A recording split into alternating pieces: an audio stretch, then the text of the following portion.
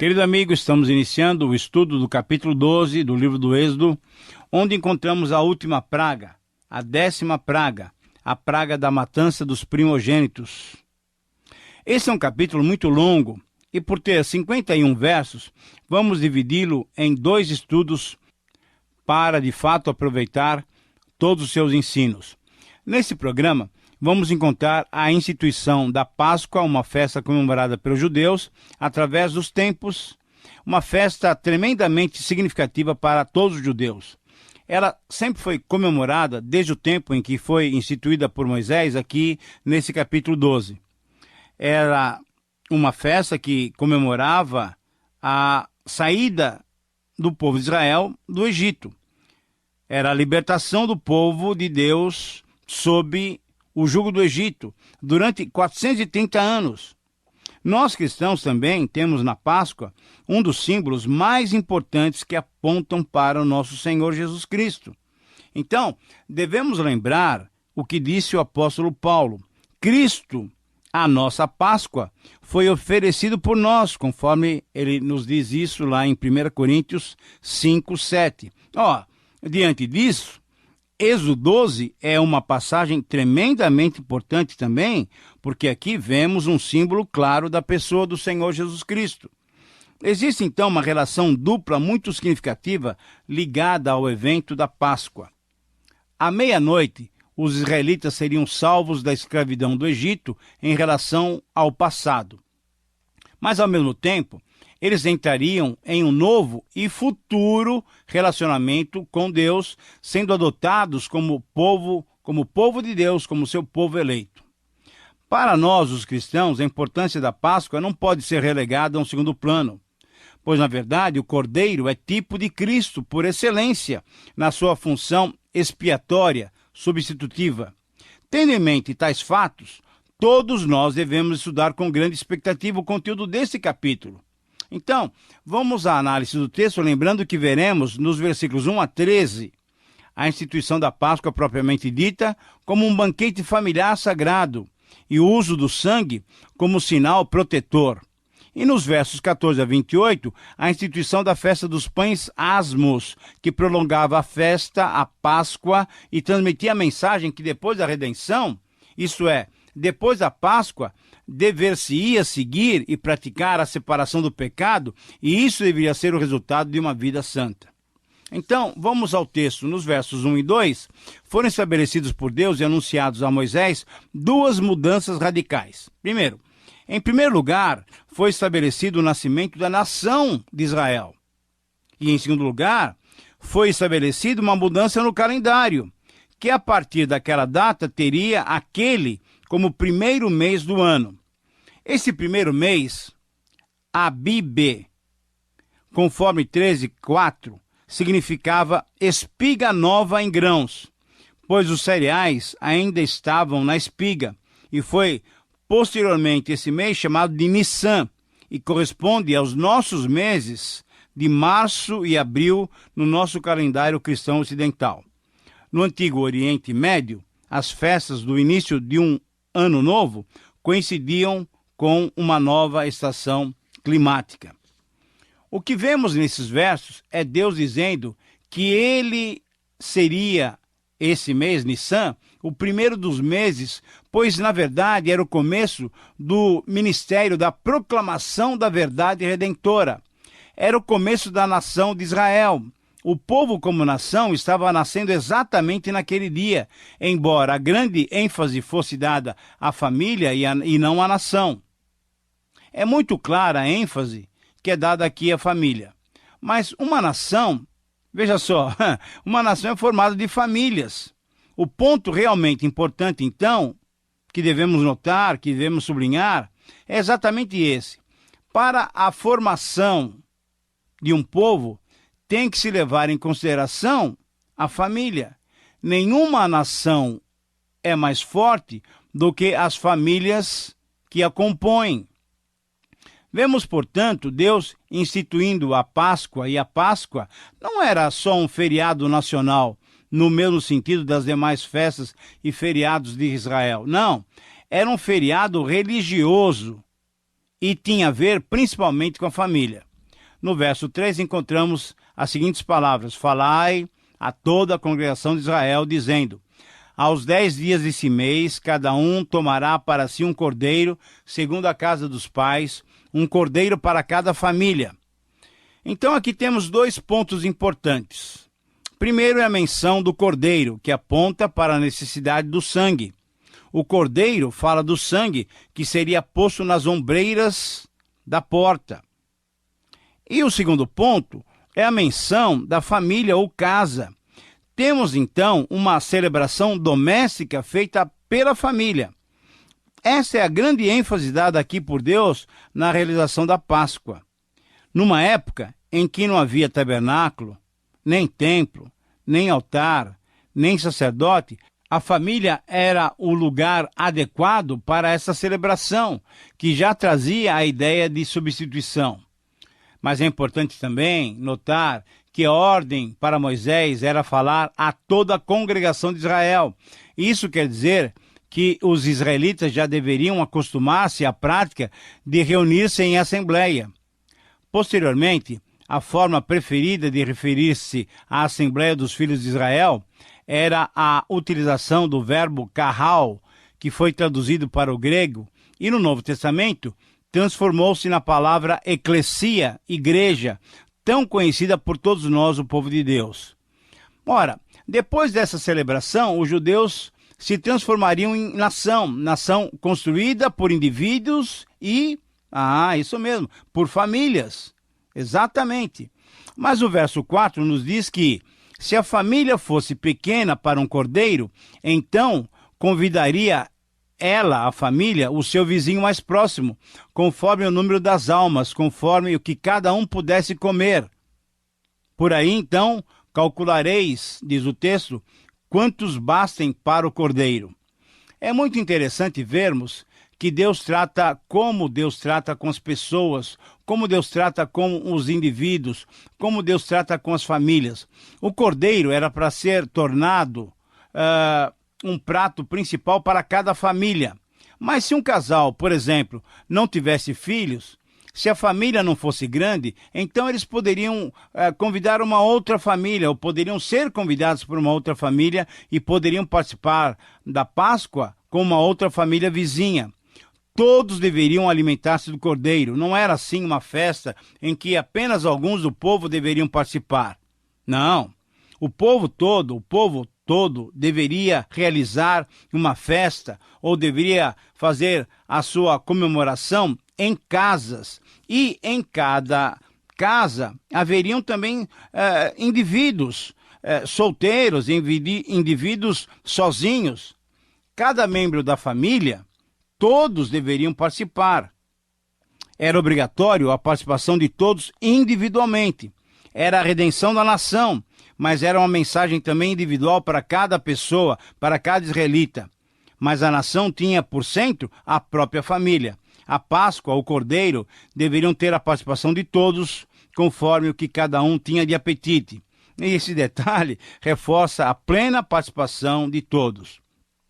Nos versos 5 a 7, o cordeiro ou cabrito aqui referido, que deveria ser sem defeito, macho de 1 ano, deveria ser apanhado por cada família e guardado até o 14º dia desse primeiro mês.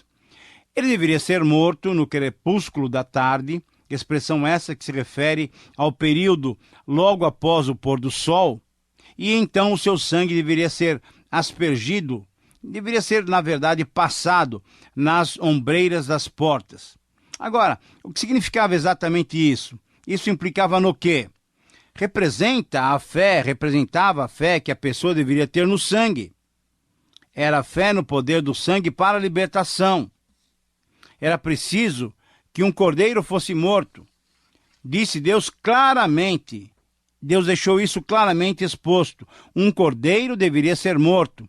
Milhares e milhares de cordeiros foram mortos naquela noite entre o povo de Israel. Mas por que matar o cordeiro? Qual era o sentido, qual o significado? Tudo aquilo, querido amigo, apontava para Jesus Cristo, que é a nossa Páscoa, quando ele se sacrificou em nosso lugar, em nosso favor. Não somente nós que vivemos depois de Cristo somos salvos pelo sacrifício da cruz, mas também aqueles que viveram antes de Cristo foram salvos pela fé no mesmo sacrifício, olhando para frente, nós olhamos para trás. O cordeiro oferecido pelos judeus na primeira Páscoa anunciava o que Cristo faria na cruz por todos nós, muitos séculos depois. E obedecendo a palavra de Deus, isto é, celebrando a Páscoa, os judeus estavam revelando a sua fé no Salvador. Os filhos de Israel tinham que pôr o sangue ao lado de fora da porta, para que ao passar o anjo da morte não os alcançasse. Nos versos 8 a 11, temos a orientação de como seria a refeição: carne assada, pães asmos e ervas amargas, nada cru ou nada cozido. Nada deveria ser deixado para depois ou para ser levado na viagem. Agora, que simbolismo temos aqui? O fogo em que a carne era assada simbolizava a disciplina para um povo que, apesar de ser o povo escolhido e chamado o povo de Deus, era sempre um povo inclinado à rebelião e desobediência. Assim, além do fogo que representava o julgamento sofrido por Jesus em nosso lugar, nós temos também a disciplina que Deus faria com o povo de Israel, se eles andassem erroneamente. Mas no texto também nós vemos a inclusão dos pães asmos.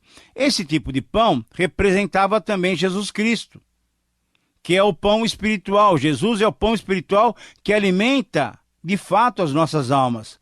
Cristo é o pão da vida. Jesus disse que ele era o pão da vida. E ele é, na verdade, o pão da vida. Mas era um pão de que tipo? Era um pão sem fermento, que na Bíblia é o símbolo do pecado. Portanto, Cristo, o verdadeiro pão, é sem pecado, sem fermento, que ele alimenta as nossas almas. Mas também na Páscoa havia as ervas amargas. Mas afinal, o que representavam essas ervas amargas? Elas representavam as amarguras pelas quais os israelitas tinham sofrido, tinham passado no Egito. Celebrando então sempre a Páscoa com as ervas amargas, o povo não somente se lembraria daquele dia maravilhoso de libertação, mas também se lembraria, por meio daquelas ervas amargas, todas as suas amarguras, todos os seus sofrimentos, indescritíveis até, como escravos dos egípcios. Mas além disso, também encontramos a maneira de como eles deveriam comer a Páscoa. Todos deveriam comer com um cinto no lugar, sandálias nos pés e cajado na mão, indicando a pressa de saírem de uma vez por todas do Egito, de saírem de uma vez por todas da escravidão. Indicavam também uma verdade espiritual. Quando uma pessoa se converte, ela deixa o mundo e tudo que é mundano ela deixa para trás de si. Tem que haver uma separação total do crente do pecado. Não pode haver coexistência pacífica entre o crente e o mundo de pecado. Mas esses versos nos falam também da comunhão da família. Temos aqui a família unida. Aqui está uma grande mensagem para os nossos dias. Querido amigo, como está a sua família? Ela é uma família unida? Ou cada um tem um projeto pessoal e, esquecendo-se do amor, dos laços fraternais, individualmente, cada um vai à busca dos seus objetivos? Hoje, se discute muito o fato da desunião da família e o esfacelamento do lar. Aqui, por ocasião da primeira Páscoa, vemos todos os membros da família juntos, participando dessa refeição comemorativa, participando da Páscoa do Senhor. Finalmente, nos versos 12 a 13, encontramos a descrição do mais duro golpe divino sobre o faraó e sobre toda a nação egípcia. Todos os primogênitos egípcios morreriam para demonstrar a execução do juízo sobre todos os deuses do Egito. Todos deveriam saber dessas palavras: Eu sou o Senhor. Mais uma vez, temos aqui indicado por Deus. Deus deixa isso muito claro. Qual era o meio da salvação para cada família, para cada primogênito? Era o sangue na porta. Exatamente. O anjo da morte iria passar à meia-noite e a única possibilidade de salvação do primogênito era o sangue posto na porta. Aqui não fala que quando Deus consideraria as boas obras ou a observância dos sacramentos ou os méritos das pessoas ou qualquer boa obra, haveria salvação. Não, de jeito nenhum. A única possibilidade mencionada aqui como ponto de segurança e de salvação é o sangue. Isso nos fala claramente no sangue de Cristo, o único meio da nossa salvação. Quando o anjo da morte passasse por uma casa, ele não perguntaria quem eram as pessoas que estavam naquela casa. Velhos ou moços, ricos ou pobres, bons ou maus, simplesmente ele veria se havia sangue ou não. Sangue não no limiar da porta, não no chão da porta para ser pisado por alguém, mas sangue nas ombreiras da porta. É pela fé no sacrifício de Cristo, na cruz, no sangue derramado por nós é que nós somos salvos. Cristo é a nossa Páscoa. Que a sua fé, querido amigo, esteja depositada em Cristo, no sangue de Cristo, o nosso único e suficiente Salvador. Agora, depois de instituir a Páscoa, vamos partir então do versículo 14 em diante. Encontramos aqui a instituição da festa dos pães asmos, isso é, dos pães sem fermento. O cordeiro era morto ao pôr do sol no 14º dia e logo em seguida todo o fermento era afastado por 7 dias daquela casa. Nas Escrituras, o fermento é uma ilustração do pecado, da maldade e da corrupção, conforme 1 Coríntios 5:8. A experiência de ser redimido, isso é, a experiência da Páscoa, deve ser seguida da separação do pecado por uma vida santa, isto é, pela experiência da festa dos pães asmos. Querido amigo, uma vez que observamos a conexão entre a Páscoa e a redenção dos primogênitos, temos que observar também a conexão existente entre a Páscoa e a festa dos pães asmos. Isso porque essas duas festas são tão ligadas ao ponto de serem consideradas uma única cerimônia, conforme nós veremos e estudaremos em 23:15. Porém, deve ser destacado também, além disso, o fato de que, diferente dos outros povos que homenageavam os seus deuses por diversas razões, inclusive pela produtividade agrícola, em todas as festas dos judeus, eles celebravam os atos salvadores de Deus, possuindo um significado histórico. Então, do verso 14 ao verso 20, temos a preparação para a festa dos pães sem fermento. O fermento simbolizava, como dissemos, a corrupção e o pecado. Embora alguns estudiosos tentem explicar o pão sem fermento como a necessidade dos nômades para suas longas caminhadas pelo deserto, que certamente um pão fermentado não suportaria, correndo o risco de ficar embolorado, na Bíblia, a razão do pão sem fermento é muito simples. Veja só, Israel tinha deixado ou deixaria o Egito com tanta pressa que a sua massa de pão não teve tempo de crescer. Não teria tempo de crescer, por isso pão sem fermento. E esse detalhe era de tal importância que se alguém não o observasse, ele seria expulso, seria eliminado da congregação de Israel. O que na verdade seria fatal, pois poderia essa pessoa, essa família morrer no deserto. Então, através desses versículos de 14 a 20, nós também devemos entender que a festa dos pães asmos sem fermento, ela durava 7 dias. No primeiro dia, todo o fermento deveria ser retirado das casas, pois, como dissemos, era símbolo da corrupção, do mal, e a Santa Assembleia deveria ser convocada. No verso 16, que menciona um 7º dia, isso é, um sábado de descanso, era um dia de Santa Assembleia, significando um dia especial de consagração, porém com a possibilidade de pelo menos se preparar a alimentação.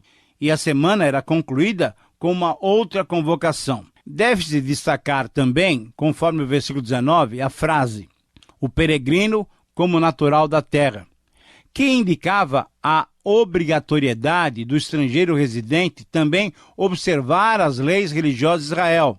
Mas, querido amigo, veja só, a beleza da graça de Deus. Sobretudo, essa frase indicava o desejo antigo de Deus de que a sua salvação era para abençoar a todos os povos. E no verso 20, há o reforço de que não deveria ser achado nenhum fermento em nenhuma das casas, com o risco também de serem eliminadas das casas, dessas famílias, seria eliminado de Israel quem cometesse tal desatino, tal ato de desobediência. Agora, nos versículos 21 a 28, onde interromperemos o nosso estudo de hoje, Moisés, depois de todas essas ordens recebidas de Deus, transmitiu aos anciãos e esses ao povo, convocando-os para celebrar a festa da Páscoa. Nesse aviso deve-se destacar o versículo 22, expressão molho de sopo. Esta era uma plantinha comum da família da hortelã. Seus ramos duros e suas folhas fibrosas eram apropriadas para as aspersões, e molhada no sangue deveria ser passada na verga, no lugar mais alto da porta, e ambas as ombreiras, como sinal de proteção. Uma proteção tão maravilhosa que deveria ser respeitada como estatuto perpétuo a ser comunicado a todas as gerações. Todas as gerações, querido amigo, deveriam lembrar dessa grande salvação efetuada através do sangue do Cordeiro. E nós cristãos, nós temos a Jesus Cristo como Cordeiro de Deus que tira o pecado do mundo. Chegamos assim ao final de mais um programa, mais um tempo de estudo. Finalizamos o nosso estudo e a minha oração é que você possa experimentar a bondosa proteção de Deus. Veja só, ficou muito claro durante o estudo de hoje que o sangue do Cordeiro era o fator primordial, tanto na festa da Páscoa, como também no complemento da festa dos pães asmos. O sangue de Jesus nos purifica de todo pecado e assim também devemos viver uma vida pura, sem fermento, sem pecado. Que Deus nos abençoe a todos a termos uma vida cada vez mais agradável a Ele. Obrigado pela sua companhia e espero você no nosso próximo programa. Que Deus te abençoe.